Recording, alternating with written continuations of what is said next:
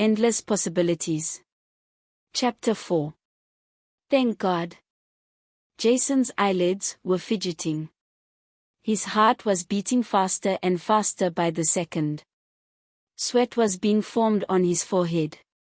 As the seconds ticked by, the sweat showered his face. Jason was startled. He didn't comprehend what just happened.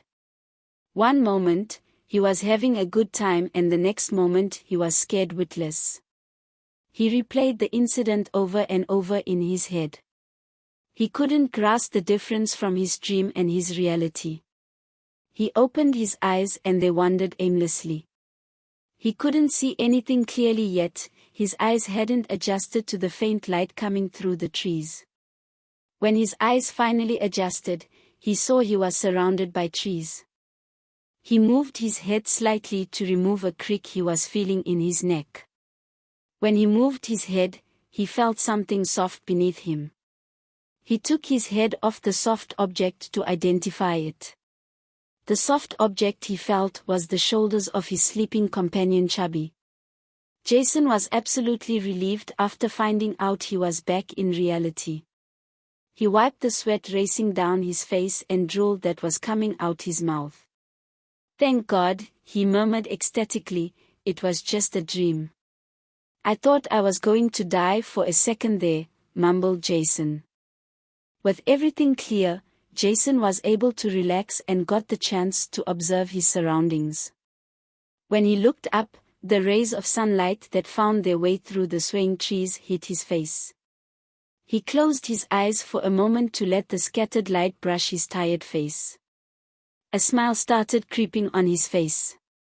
He was so relaxed he felt as if he was melting into his surroundings, becoming one with nature. When he opened his eyes, the feeling slowly escaped his grasp. What a beautiful feeling, he muttered. Jason suddenly had the urge to explore the forest and intake more of its natural beauty. When he turned to look at the peaceful sleeping figure of Chubby, he wanted to shake him away. Jason didn't feel like sitting down without anything to do while waiting for Chubby to wake up. With a quick deliberation, he decided to wake Chubby up.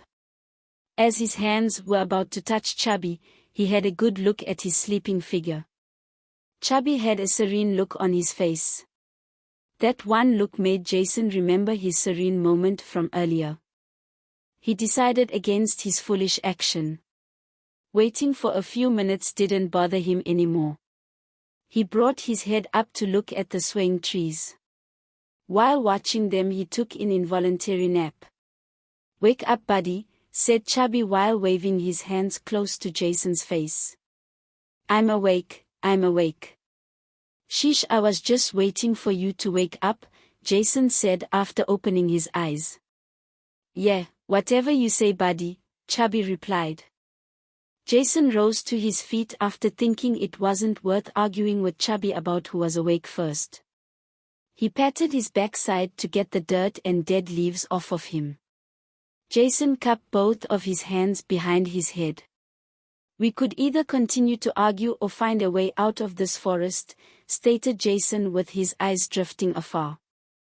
It was as if he was a psychic with the abilities of looking into the future. Jason didn't hear Chubby's response to the question, so he turned to face him. Chubby smiled at him before mimicking him. He cupped his hands behind his head and his eyes were wandering afar. Whatever you say, buddy, Chubby replied as they both laughed. All right, replied Jason as he exhaled before he closed his eyes. He dropped his left arm while positioning his right arm in front of him. After waiting 5 seconds, he spun his body in a complete circle several times before stopping. He opened his eyes to find his hands pointing in the direction of Chubby. He decisively turned around and started walking the exact opposite direction. He stopped and turned around to see Chubby wasn't moving. Are you coming? Jason asked questionably. Chubby turned to look behind him. He only saw trees and nothing else out of the ordinary. Chubby became increasingly puzzled as to why Jason didn't walk in his direction. Chubby began to question Jason's decision. What's going on? What just happened? Did I miss something? Were the thoughts going through his mind. He didn't have a better logic as to why they should walk either direction which Jason had gambled in the first place. Chubby caught up to Jason after a quick jog. He stopped in front of Jason and turned around to face him. "Why didn't you go the way you were pointing at?" implored Chubby. "Oh, that? I basically flipped a coin and decided to go the opposite way. We don't know how to navigate around here because everywhere looks the same. So, in my head it doesn't matter where we go as long as we get there," answered Jason. "I get that part, but why didn't you go the direction you first pointed at?" Chubby asked again. "This may sound a little crazy, but I did the exact same thing to find you when I was lost." "Oh, I kind of understand, but aren't you worried that we'll get lost by going this way?" "Wait, we are already lost, so it kind of doesn't matter at this point, does it?" Jason shook his head at the rhetorical question before walking around Chubby. "Are you coming?" inquired Jason as he started walking away. Chubby quickly followed after him. For the next hour or so, they continued to walk. They talked to lessening their perception of time. They passed an innumerable number of trees that looked the same. There were a couple of trees that caught their attention the most. There were a few trees that resembled a family. One of the trees in the family had leaves the color of blood. Every time they looked at the tree, they had an illusion of them stepping into a bloody battlefield where a race of 6 armed figures was slaughtering monsters many times their size.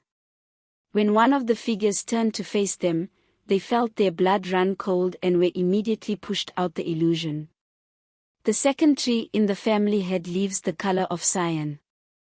When they looked at the tree, they were brought into an illusion of them being in a clear blue ocean surrounded by beautiful mermaids playing their zithers while singing a beautiful song.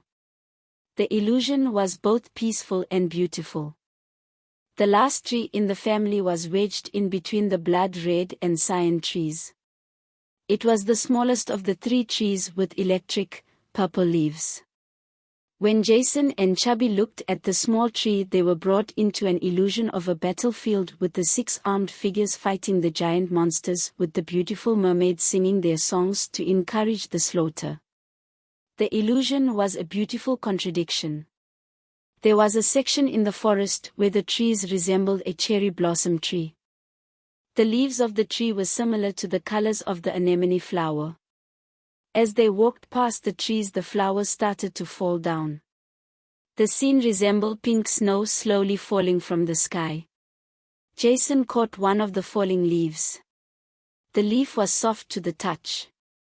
When he brought the leaf close to his nose, he inhaled the aroma of freshly squeezed cherries. Jason told Chubby to catch one of the falling leaves and smell it. Chubby had a content look on his face after smelling it.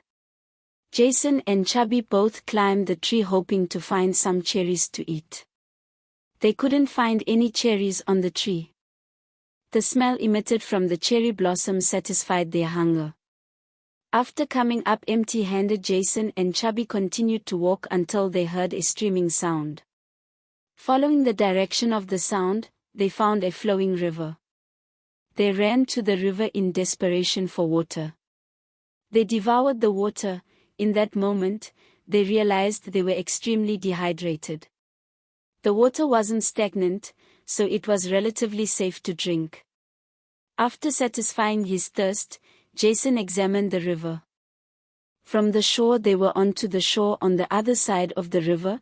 It was about 200 feet wide. The water was so clear you could see the depth of the river. The river ranged from a couple inches deep to about 10 feet deep or even deeper. The river was so long he couldn't see the end of it. Jason took a step backward to look at the sky. He squinted his eyes as he looked up. He found the sun in the middle of the sky. From the position of the sun, Jason guessed it was around noon. Jason's stomach growled. It was like his body subconsciously felt hungry once he estimated the time. He turned to face Chubby, who was still drinking water, and said, "I'm getting hungry, so I look around here to see if I could find something to eat. I won't go too far, so don't worry if you can see me." Chubby stopped drinking water for a moment to acknowledge Jason. He instantly went back to drinking water. Throughout their journey, they didn't see or hear any animals. The only food they had found were the mushrooms from last night. Jason's only expectation was to find more mushrooms. Thanks for watching. For more content like this, like and subscribe.